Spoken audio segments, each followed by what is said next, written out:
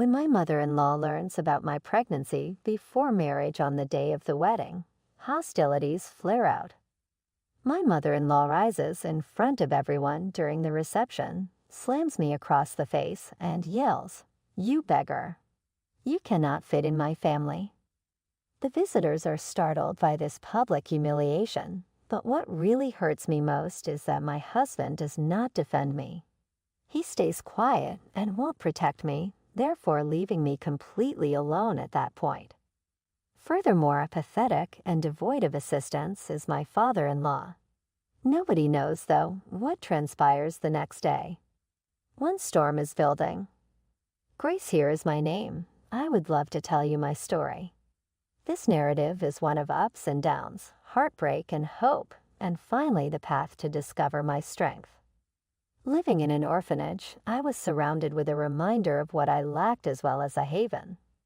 Though they were friendly, the caregivers were unable to cover the vacuum left by my absent parents. Early on, I realized life would be a fight, but I also discovered how to endure. Dreaming of becoming an accountant and one day making my own way in the world, I kept my head down and concentrated on my studies.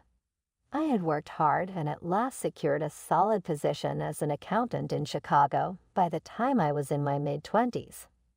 When I met David Brooks, I considered myself en route to fulfill my aspirations. From a rich family, he was delightful and unlike anyone I had ever known. Our relationship was quick and intense. I felt as though I had at last found my position in the world. Then I was thrown off my feet. Once I found I was pregnant, everything changed.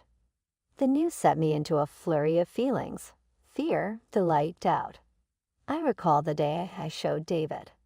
I could hardly find the words as we were seated in my little flat. As I continued, "David, I need to talk to you about something important."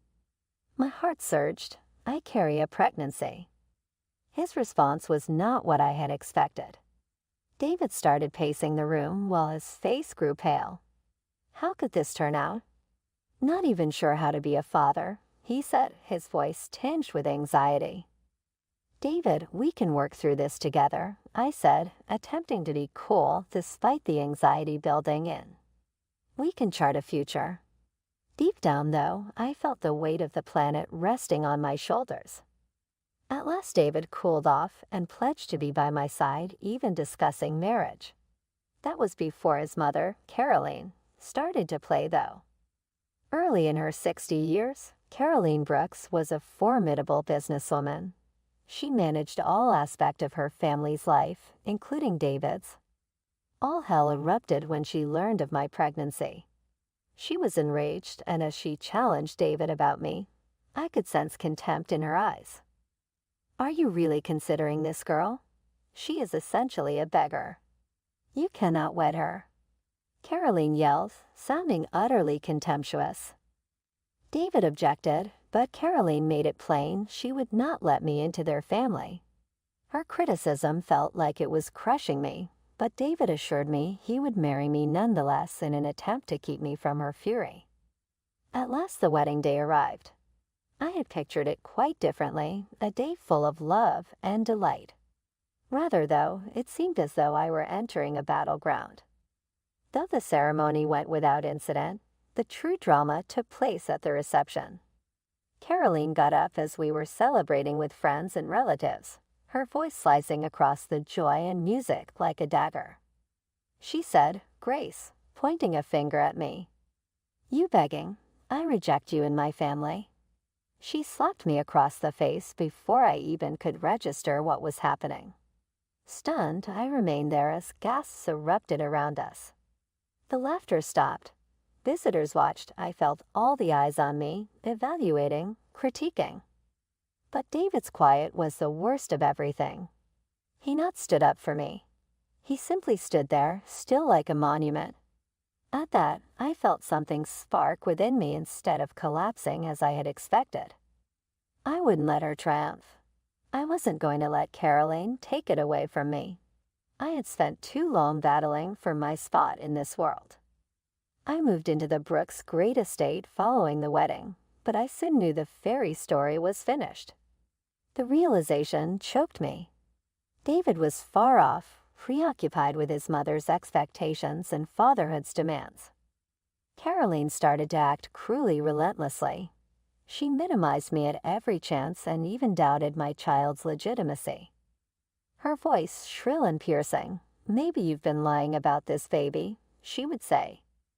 "David ought to be better than this. You're lucky he even married you." Every day I felt more alone and unloved. David's quiet started to weigh heavily on my heart, and I started to doubt whether I had made a mistake. Was I sufficient to do this by myself? Watching David withdraw even further into his own world hurt my heart. He started drinking more, and I felt our connection change. Once so intense, the love seemed to be a far-off memory. Often I found myself wondering how I had arrived here, lost in a life meant to be a dream. The turning point arrived when I delivered Ethan, my baby. I recall holding him for the first time and experiencing its tsunami of love. My motive to fight was him. Still, the loneliness felt intolerable even with all my efforts toward strength. Mark and his sister Megan then entered my life. Mark was an early 40-year man with an accident-related limp, but his heart was large. In those trying days, he and Megan, a lovely nurse's assistant, turned into my lifeline. They reminded me that I wasn't traveling this road alone and gave me hope as well as assistance. Mark came over one day as I was trying to feed Ethan and remarked, "Grace, you're doing a fantastic job. You are stronger than you could possibly know." Tears in my eyes, I raised a head toward him. I just find it difficult to do without David's encouragement. I sense lost. Megan said, "You're not lost," gently resting a consoling hand on my shoulder. "You already have us. For you hear us." That was the realization that, in spite of the betrayals I had gone through, I could create my own family full of love and support. I had no idea that this would mark the start of a fresh chapter in my life, one that would challenge my fortitude and alter what I believed about love and family. Still, difficulties lay ahead. Caroline's hold on David tightened, and soon my new family would be fighting uphill against her schemes. I simply prayed I could have the will to keep steady and guard my boy. The Brooks mansion was not at all what I had envisioned. Every day seemed like walking on eggshells, and I soon found David was not the companion I required. Spending more time away from home, he found comfort in Chicago's bars and clubs instead of the cohesiveness of our new family. I heard him frequently arriving late at night, the scent of alcohol hanging to him like a horrible memory. One evening following a demanding day of looking after Ethan, I heard David fall into the house. The repetitive sound of the spoon clinking against the bowl seemed like my only solace when I was feeding our infant. David arrived glazed over into the room, and I tried to smile and reach out to him. "David, what was your day like?" He looked at me hardly at all. "Fine," he murmured, slinking softly against the wall. I let my heart drop. I was unable to stop the man I had fallen in love with from leaving. Days stretched into weeks, and our conflict mounted. Caroline carried on her emotional warfare campaign, looking for fresh means of denigrating me and undercutting my motherhood. With a smirk and eyes glistening with hate, "Ethan deserves better than a mother who can barely keep a job," she would add. Though it was draining, I tried to rise above her taunting. I felt as though I was always engaged in a fight without a clear finish. One day I heard Caroline chatting to David in the living room as I was trying to quiet a cranky Ethan. "He is only a baby, Caroline." David's voice was tense and frustrated as he said he understood nothing. "Oh, he will understand," Caroline said with a frigid tone. "He will see his mother as only a burden. You'll regret it later if you don't cut her off right now." Heart pounding, I froze at the entrance. What I was hearing seemed unbelievable. David actually considered me as a burden? I felt the weight of hopelessness slamming down on me as the walls closed in. I couldn't let them triumph. I had to shield my son. That evening, I plucked the bravery to face David. "We need to talk," I replied, my voice firm despite the tempest building inside me. Rising from the couch, he had surprise flickering in his eyes. "ABAUT what?" "About ourselves." "On Ethan." My heart thumping in my chest, I answered, unable to keep acting as though everything is fine when it is not. David sighed and ran a hand over his hair. "Emily, I'm simply working through things." "Not expected this. Fatherhood, marriage, everything of it." "Neither," I snapped, frustration pouring over me. "But we are in this together. I need you right here for Ethan. For me. I cannot accomplish this by myself." He went quiet, and I could sense conflict in his eyes. His voice low, he murmured at last, "You don't understand the pressure I'm under." "You don't understand the pressure I'm under." Tears lashing my eyes, I yelled, "I'm attempting to raise our boy under your mother's continual attacks. David, you have to pick me." He moved away, discounting me with a wave of his hand instead of the help I sorely needed. "Just give Grace some time. I'll straighten things out." He then withdrew to his regular place on the couch, leaving me feeling more isolated than ever. Days passed and my emotional conditions started to sink. Surrounded by luxury, but without affection or support, I felt imprisoned in a golden cage. Our lifeline was Mark and Megan. They came often to my house and brought warmth and joy. As we sat in the living room one day, Mark sensed my discomfort. "Grace, lately you seem weird. Is everything under control?" Concern visible on his face, he asked. I sighed as the weight of the planet sank down on me. "Mark, I'm not sure. I seem to be losing David. He is never home, and when he is not really here." Megan stretched out to put a comforting touch on my shoulder. "You are doing a fantastic job with Ethan. Let no one tell you differently. You are stronger than you believe."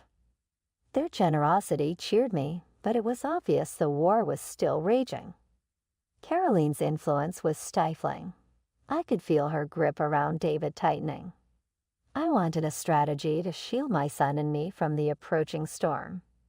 One evening following a particularly difficult day, I sat by myself in the nursery, holding Ethan in my arms.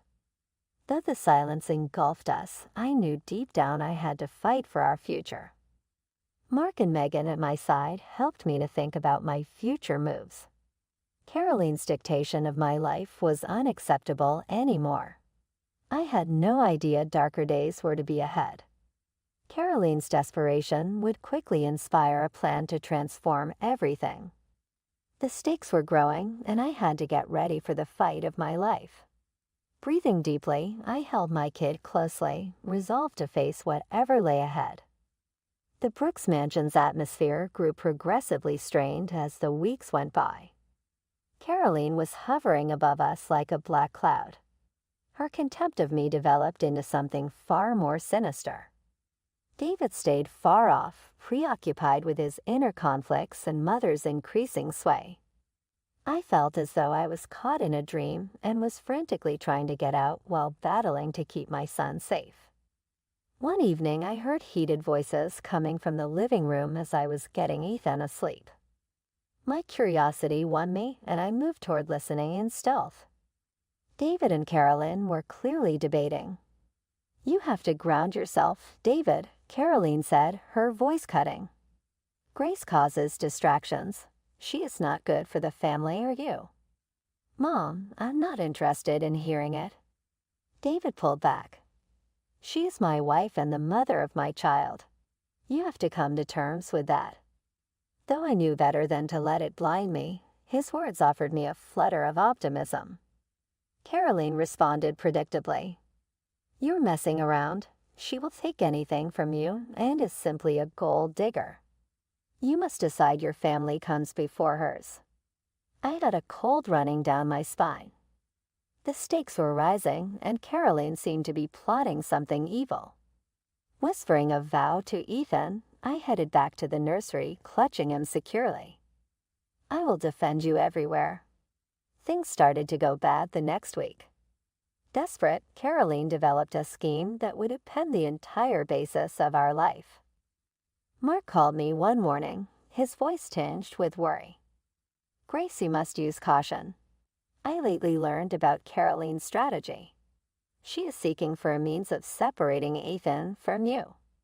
I felt my heart drop. "What do you mean?" "Reports have claimed she has been consulting attorneys." Mark said, his voice sharp. "She wants to say David should have custody of Ethan, and you're unfit as a mother." "Unfit?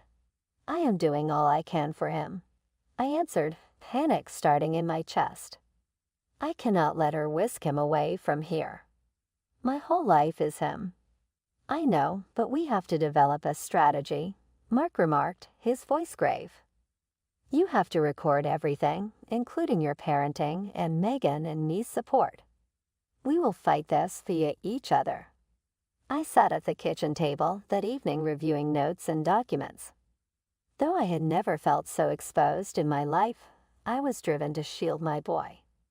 Every minute I spent getting ready served as a reminder of the love I harbored for Ethan and the extent I would go to protect him. Days were a haze of meetings with Mark and Megan gathering proof and support. Driven to guarantee that I had a fighting chance, I even contacted a family law attorney. But the conflict between David and Caroline intensified as I battled to guarantee my future. I overheard still another argument between them one afternoon. "You cannot let her control you like this, David," Caroline yelled. "You really have to consider your reputation." "Reputation? And with regard to my family?" David's voice quipped. "My family right now is Grace and Ethan. Can't you see that?" Once more I felt a flutter of hope, but it soon darkened when I watched Caroline storm out of the room, her face a mask of anger. She clearly was relentless in her attempt to distance us. One fatal night, I was sitting in the living room with Ethan asleep in my arms when the door knocked loudly, opening it to discover Caroline standing there, her face dark and scary. My heart surged. She said, her voice as icy, "We need to talk." "About what?" I answered, attempting to retain a calm voice. "Grace, I know what you are doing." Stepping inside without permission, she claimed, "You're trying to turn my son against me. You think you could just pull him from here." Ethan was closer, naturally shielded by me. "Ethan is my son. David is my hubby. I'm not trying to pull someone away from you." "Save your lies," Caroline said, snarled. "I will do whatever it means to keep my family together, even if it means getting rid of you." I stared at her, amazement and terror mixing in my chest. "You wouldn't dare." "Oh, I would," she said, a dark smile playing across her mouth. "Grace, this is not over." Not exactly by chance. I started to get afraid as she went. The stakes were more than I had ever dreamed. I was in a war. As I considered how far Caroline may go to retain control over David and the family name, my heart hammered. Driven to keep strong for Ethan, I went to Mark and Megan for assistance. I understood I had to get ready for the battle of my life. I discovered a flutter of resiliency in the shadow of hopelessness, and I was ready to face whatever obstacles stood ahead. I had to be ready to negotiate the storm that was building. The days that followed Caroline's menacing visit seemed to be a ticking clock, every second reflecting my mounting concern for Ethan's future. I had to keep one step ahead since with conflict I knew she was getting closer to carrying out her plan. Inspired by Mark and Megan's unflinching support, I gave my heart and spirit what it needed to be ready for what lay ahead. I got a text from Mark one afternoon while I was going over notes from my attorney. "We need to meet. I have headlines." My heart skipped a beat. I hurriedly made plans to see him at our regular meeting point, a peaceful cafe free from distractions where we could have uninterrupted conversation. Mark's expression showed concern as he said, "Grace, I discovered Caroline has been lying about you. She is telling people you are unfit to look after Ethan and unstable." A rush of nausea swept over me. "She cannot do that. I have done everything to raise a decent daughter." Nick nodded. "No, but we have to record everything. Starting a thorough notebook of your everyday activities with Ethan can help you to show how much you value and adore him. Every minute element matters." Resolved once again, I started to log every moment I spent with Ethan. His first steps, his laughing when I peekaboo, and the quiet times when he fell asleep in my arms. Every entry became evidence of my love and dedication as a mother. Caroline's assaults get more forceful as I kept compiling proof. My lawyer called one afternoon to let me know Caroline had applied for temporary custody of Ethan, alleging I was unfit because of my inconsistent housing and lack of family support. I plummeted in heart.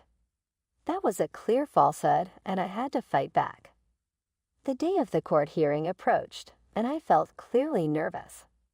My hands shaking, I could sense the strain in the air as I walked into the courtroom. I inhaled deeply to calm myself. Mark and Megan sat in the rear providing quiet support. Sitting across from me, Caroline wore a smug smile. David was there as well, but he seemed conflicted, staring at my mother then at me. "Your Honor," Caroline began, her voice slanted with phony sorrow. "Grace is unfit to rear my grandchild. Her residence is unstable, and she does not really have any family support." Driven to protect myself, I got up. "Your Honor said though my background is not rich, I am a committed mother. I have a great support network and work hard. Like family to me are Mark and Megan. I will go to great lengths to support Ethan." The judge listened carefully, and I had a flutter of optimism. I gestured toward Mark and Megan, then said, "I have documentation of my parenting and witnesses to attest to my character." Caroline laughed, but I persisted explaining my experience as a mother and the love I felt for Ethan. As I spoke, I could see the judge's demeanor change, and for the first time I thought I might have a shot. The judge declared his choice after what seemed like a lifetime. "I am giving Grace complete Ethan custody. She obviously has shown her commitment as a mother." Tears welling in my eyes, I experienced a flood of relief. I had performed it. Caroline was not fighting. I turned to see Mark and Megan shining with pride. She snarled as I passed Grace, "This isn't over." My voice calm, "Maybe not," I said, "but I will always fight for my son." My load dropped as I left the courtroom. Empowered, ready to start again with Ethan. Mark and Megan at my side assured me we could create a lovely family. Life started to move in different rhythm in the next months. The small things brought me delight. Ethan's laughing, his benchmarks, and the love growing among us. I was thriving, not just surviving now. Though Caroline and David will always be a part of my life, I had come to see the value of chosen family and the strength of will. My path had changed me, and at last I was ready to welcome the future with wide arms. We created a loving, laughing, and limitless possibilities household together. I understood as I held Ethan close that I was a warrior, prepared to meet whatever obstacles lied ahead, not only a survivor. And I felt very liberated,